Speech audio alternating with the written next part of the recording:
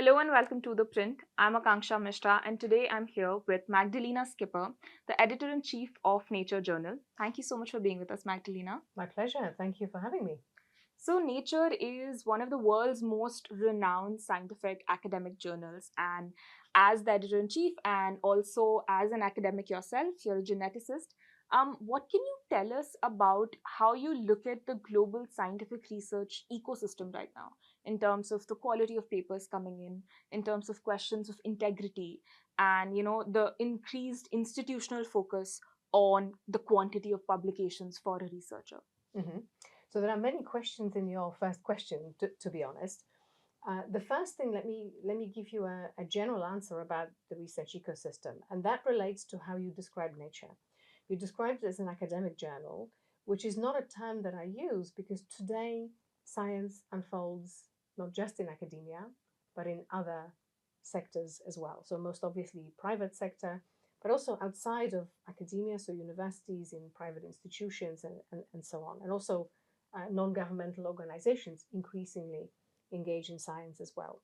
And that already gives you an insight into how diverse and how complex a research ecosystem is today. And of course, that diversity of sectors and players is superimposed on the global picture. Science today is done in many more places, just as it should be, than say 50 years or 100 years ago or 150 years ago when nature was first launched. And I often talk about a research ecosystem in a true sense of the word, with many niches that interact with one another. Another part of your question was about integrity of this research. And of course, that is the fundamental aspect of research. Research is not worth doing if it's not done with integrity. The reason why integrity is important, of course, is because research needs to be credible. Um, we all want decisions that governments, policymakers, decision makers make to be based in facts, and those facts need to be robust. They need to be credible. It feeds into trust in science as well. Hence, an increasing focus on the importance of research integrity. By the way, research integrity also links with research culture. How supported different individuals are in research, how well supported their career trajectories are, which of course is important, especially for early career researchers, but also for mid-career ones. So research integrity is really important, and increasingly we see it being offered as training at universities for undergraduates and PhD students, but also editors and publishers offer training, if you like, on the job as researchers interact with us, submit their papers. We offer a number of tools and guidelines to help researchers report the research in a correct way. I sometimes use this phrase that many of our forms and guidelines help researchers showcase the integrity with which they've done the research. We also have formal training to support it. It's really important, that focus, absolutely important. As I say, it's not worth doing research unless it's done with integrity, considering that research costs. If it's not done with integrity, it's money wasted. That's fair. So Magdalena, you're in India right now, and there's a growing body of research, scientific papers, and publications coming out of India. Indian government is also focusing on pushing scientific research publications, but at the same time, there's also been a rising number of cases of fraud journals, of manipulated peer reviews, of retracted papers from top quality Indian institutions. So, as the editor of Nature, what do you have to say about the kind of submissions coming from India? And also, in general, what do you have to say about what could be the reason behind, fraud journals? Is it perverse incentives? Is it something else? Yes. Again, a complex and rich question. There are many things that I could say to it. Let me just focus maybe on three. So the first one, just to say, perhaps it's obvious, but I think it's really important to emphasize it. Retractions in and of themselves come in a number of different flavors, most notably two. So the first one is a retraction of work that is fraudulent. There's been misconduct, deliberate manipulation of data, committed by bad actors for reasons that we can discuss, but nevertheless, the fact remains this work needs to be retracted. This kind of work, fraudulent work that's been done as a result of misconduct, gives bad name to science, gives bad name to researchers and the research institutions. But there are other retractions which come about as a result of honest mistakes or authors who have, for reasons they can't explain, lost confidence in their results. Scientists talk about the fact that science progresses through self-correction. These kinds of retractions are a sign of doing research with integrity. When you discover that something no longer works, you need to correct the record. You need to retract that paper. We have a number of cases, sometimes we write editorials about them, praising the researchers themselves who contact us saying, I don't understand why, but I need to retract this work. Or another example I can think of where a researcher, after publication, realized that he had used the wrong data set, a data set that couldn't be used to address the question he was asking. Well, in this particular case, what's really interesting is because he had the right data set, he repeated the work, he submitted a new paper, now with the correct data set. We reviewed that work and published the paper. We treated that second paper as a completely new publication, but the question was the same, and the answer was similar, but the first paper needed to be retracted. So sometimes the community is guilty of treating all retractions equally. I think we have to safeguard against that, because that correction of publication record is really important. Now, you're right that there are bad actors within the research community who will deliberately manipulate data to obtain a result they're interested in.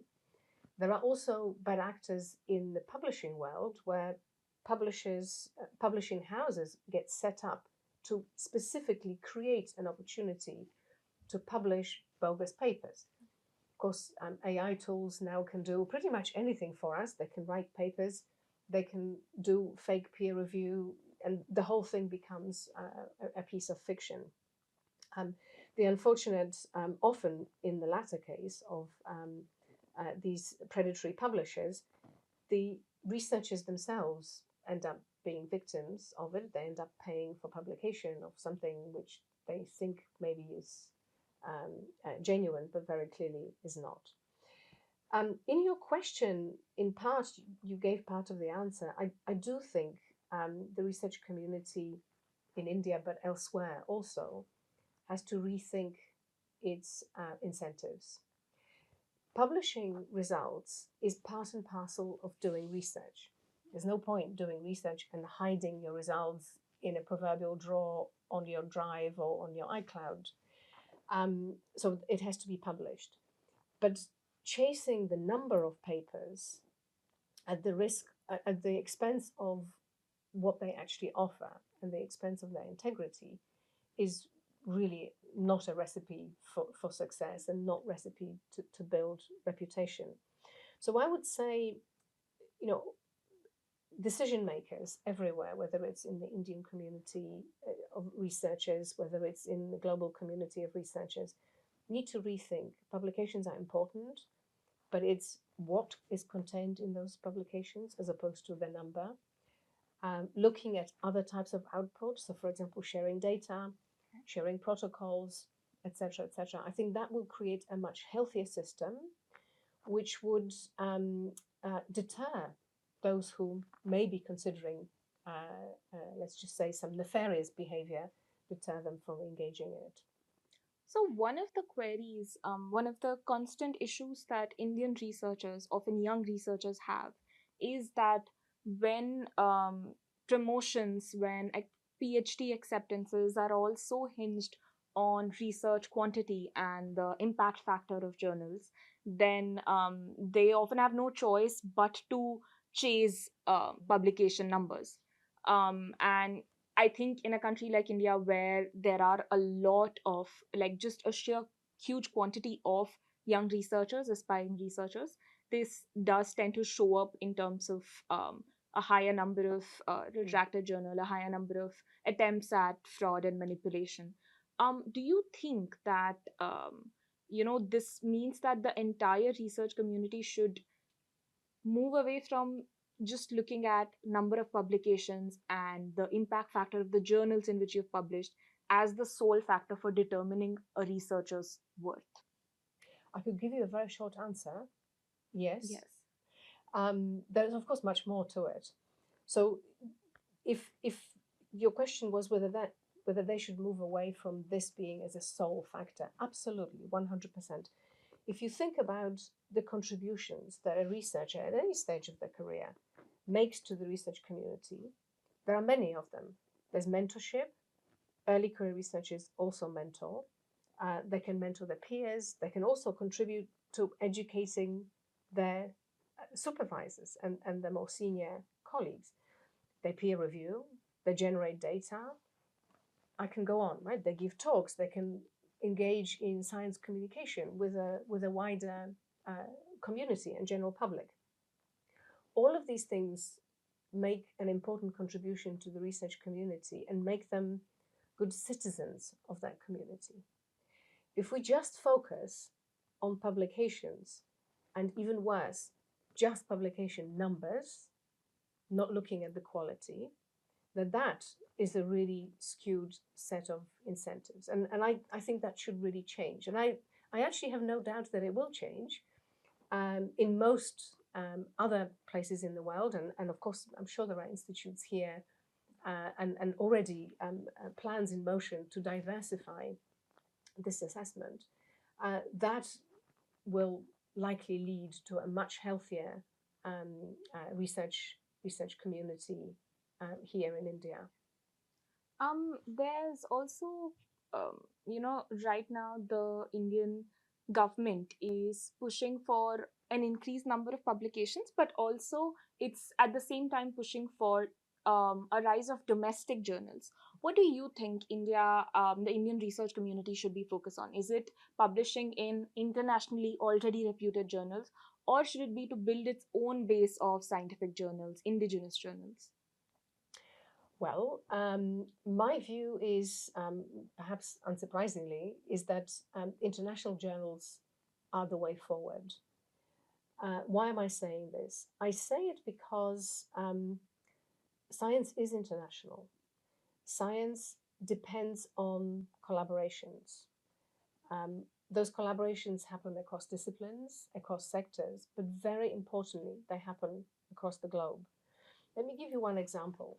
Earlier this week, I visited the PSA, Principal Science Advisor, Professor Sod, and he was telling me about a series of specific grants which the government dedicated to very applied research, which in a frugal way supports interventions in rural India. Now, you may think at first pass, you might think, okay, this is a very local thing. That kind of work should be published in local homegrown journals. But I would argue that very similar problems arise in rural Latin America, in rural Africa, elsewhere in rural Asia. Maybe not so much anymore in Europe, but who knows, perhaps. It would be wonderful to have these very applied stories, especially looking at frugal implementation of this work, to be shared more globally with the global community. That's how research progresses, building upon other research. The difficulty with publishing in local journals is discoverability. Yes, today with the internet, AI, discoverability is easier, but I think every researcher will tell you they want to do as much as they can to make their work as prominently visible as possible. Um, building upon that, actually, there was a study in PLOS biology a few months ago, which found that papers submitted by women and by researchers from low income countries took longer in peer review than those by those from high income countries. And this is also an issue that has been previously flagged by scientists that I've spoken to myself in India.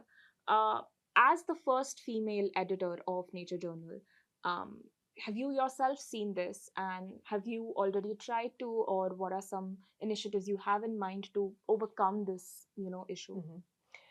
I think it's a really, your question touches on a really important point. I think there are many things that contribute to this observation. I have seen the study, I'm aware of it, and there are other studies also that, for example, illustrate other problems with inclusion in the research community, such as, for example, the fact that um, in general, research done by women and underrepresented groups tends to be less cited than research done by those who are already well represented in research, including men. There are a number of explanations. So, the example I just gave um, can be explained by and large by the type of research that women and underrepresented groups tend to focus on. This is a generality, of course, that's not always the case. That's why I said tend to. They tend to be more applied type of research and research which is more focused on implementation. So its value is less measured in citations, which is an academic measure of success, but more measured in policy implementation and so on. So, in other words, in looking for citations, we're looking for wrong category of value of that research. Now, your question was about the length in peer review. There can be many reasons for it, but one, for example, can be that some of the groups you described um, could benefit from more training on how to revise the papers, how to respond to editors, how to respond to their peers who are reviewing their papers. And again, I'm coming back to the kind of training that we as publishers, as editors, but also institutions are beginning to offer more commonly. This is really, really important. I think everyone in any walk of life understands that the more you practice something, the better you become. But there are also shortcuts. Others have walked that path before. You can speed up your process, your progress. Makes sense. One final question. We've spoken about what the research ecosystem is like today.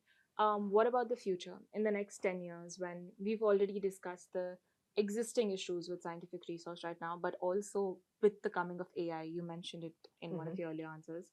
How do you see the scientific research landscape shifting in the next 10 years? Mm-hmm.